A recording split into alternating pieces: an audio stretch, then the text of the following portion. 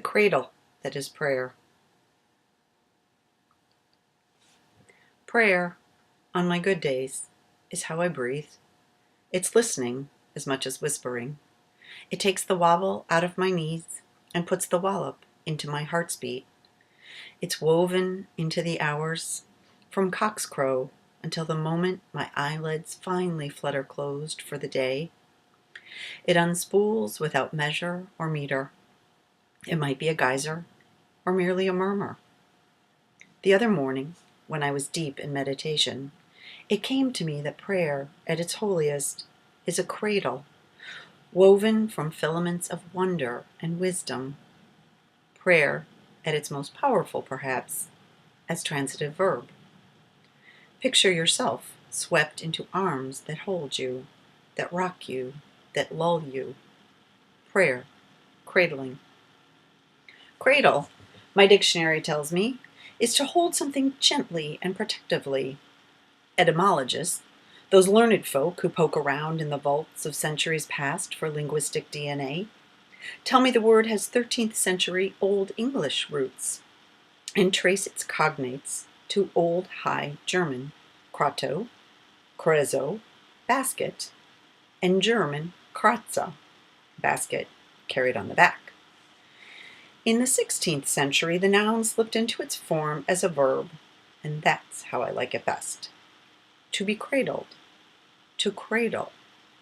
Isn't to be cradled? To be rocked into sleepy-eyed quietude? To be harbored against harsh winds? Is that not a root of prayer? And so I am. We are all being cradled, each and every day. Even, especially, the days when breathing comes shallow and rapid and hard. Even the days when we're mostly holding our breath. We are cradled in great, tender arms that enwrap us. I particularly love the notion from the German Kratze, basket carried on the back. Breathe that one in for a moment. Might we be the basket carried on God's back? Might our cares, our worries, our rubbed raw heartaches be hoisted onto shoulders far mightier than our own? Basket carried on the back. Prayer cradled. Right here, right in here, my life of late, a blur of days whirling by so swiftly, too swiftly. I sometimes feel a wee bit lightheaded, and my heart pounds so hard I worry, as I'm wont to do, that my not-so-ancient ticker just might give up the ghost. So, as if my life depended on it the other morning, I pulled myself out from under the sheets, and I tiptoed out to the holy cathedral just beyond the kitchen door, the one that bulbs to the heavens, the one that on that morning was lit by a crescent of moon. Looked to me, more than anything, like one big eye winking at me. God's eye?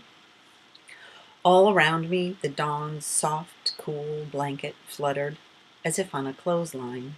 The cardinals, cloaked in scarlet, were up and chirping away. It's fairly hard to beat a cardinal out of bed.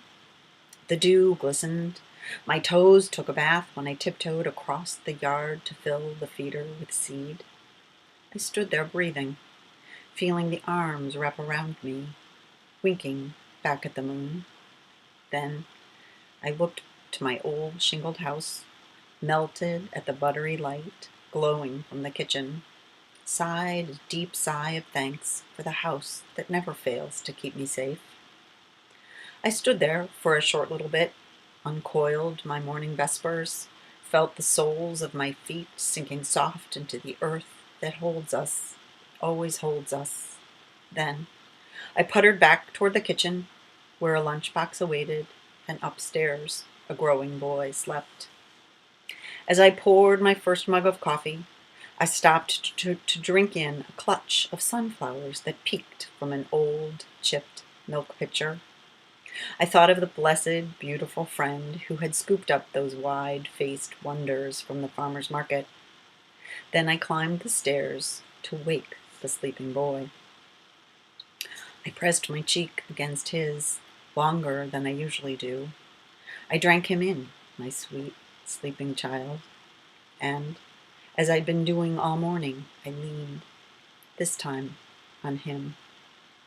I leaned on all of these wonders: winking moon, chattering bird, morning's dew pearled, old blessed friend, and miracle child, and fortified myself for the hours to come.